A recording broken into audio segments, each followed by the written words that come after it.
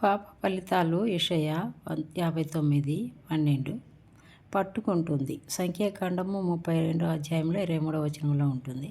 చిక్కులు పెడుతుంది. సామెతలు 5:22 మేలును ఆపుతుంది. ఇర్మియా 5:25 నెమ్మది లేకుండా చేస్తుంది. యెషయా 48:22 ప్రార్థనకు జవాబు రాకుండా చేస్తుంది. కీర్తనలు 66:18 అనారోగ్యం తెస్తుంది. కీర్తనలు 33:38 అగ్నిగుండంలో పడవేస్తుంది. ప్రకటన 21:8 పోతే ఇంకొచ్చేసి దావీదు వైఖరులు. దావీదు ఏ విధంగా ఉన్నాడు మొదలైన అంశాలు.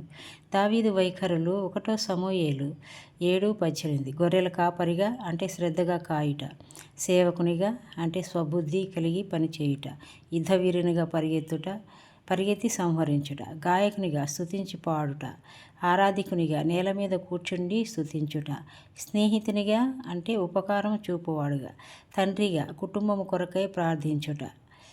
ఈ విధంగా ఈ దావీదు వైఖరులు దేవుని దృష్టిలో ఉన్నాయన్నమాట.